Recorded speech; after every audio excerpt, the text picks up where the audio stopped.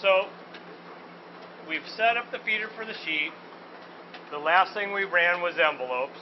So we want to check and see how much vacuum pressure we have on our feed belt. And we're about 76. On light paper, we want to start out around 55. I've gone as low as 45, but 55 is safe. Heavy paper, you want to start out around 79, 80, 70 or 80. You can go all the way to 100 here if you're running like 110 point or 111 point. So 55 on our vacuum belt is a good place to start with. Text weight all the way up to 100-pound book. You start getting into 80-pound book, you might want to go to cover, go to 60, 100-pound cover, maybe go to 65, and so on. So belt at 55. This is very last section of the feed belt.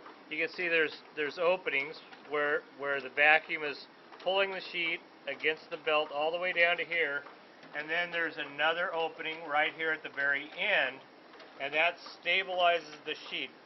On envelopes, you want that to be wide open. You want it to hold that envelope steady as it's hitting those headstops. So you want that to be open. On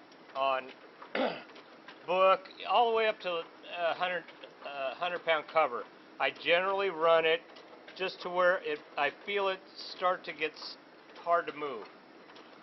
If you turn it real hard, it'll close it off all the way and you'll have no vacuum here at all. But if you just open it till it feels like it's open, and then turn it till it just kind of stops, that's a good starting point for most stocks. The only time you'd move it up this high is for 130-pounder envelopes. Okay? So you want it right about there. And then if you look right here, there's two white dots. A little difficult to see, but you might be able to see them. Two white dots here. You line up these two white dots on the side of the dial to those two white dots, and that's where that's your general setting just about all the time. The only time you might increase the venturi pressure is on maybe 110, 130-pound paper. Then you might, go somewhere, a couple increments higher. All the way up here, that's way overkill. This thing's like screaming. It's so loud. So you line up the two dots. That's your general setting for most paper.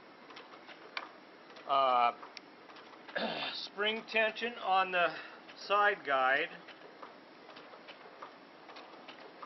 is I hold my finger against this and I turn my lock screw all the way against the setting screw, and then I make my adjustments.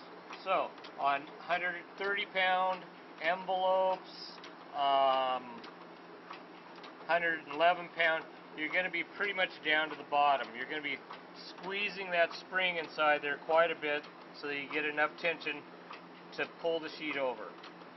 So for thinner paper, 100-pound book or below, you're generally opening it up.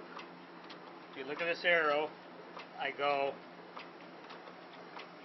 1, 2, 3, 4. With a brand new spring, you might go 5, 6, but springs are pretty old, so my general setting is 4 turns out for paper, 80-pound cover and below, and turn it in 2 turns for maybe 100-pound cover, all the way for 110 or envelopes. Okay?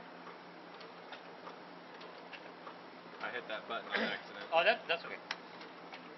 The next thing we want to talk about is the height of these sheet hold downs.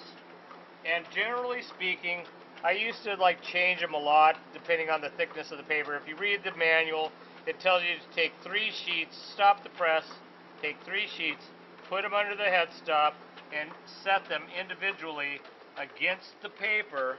All right, let's go back up. I set them up for envelopes, and I pretty much leave them that way. I used to adjust them. The manual says you take 3 sheets of whatever you're running, stop the press, put them under the head stops, and set these to the height of 3 sheets of paper.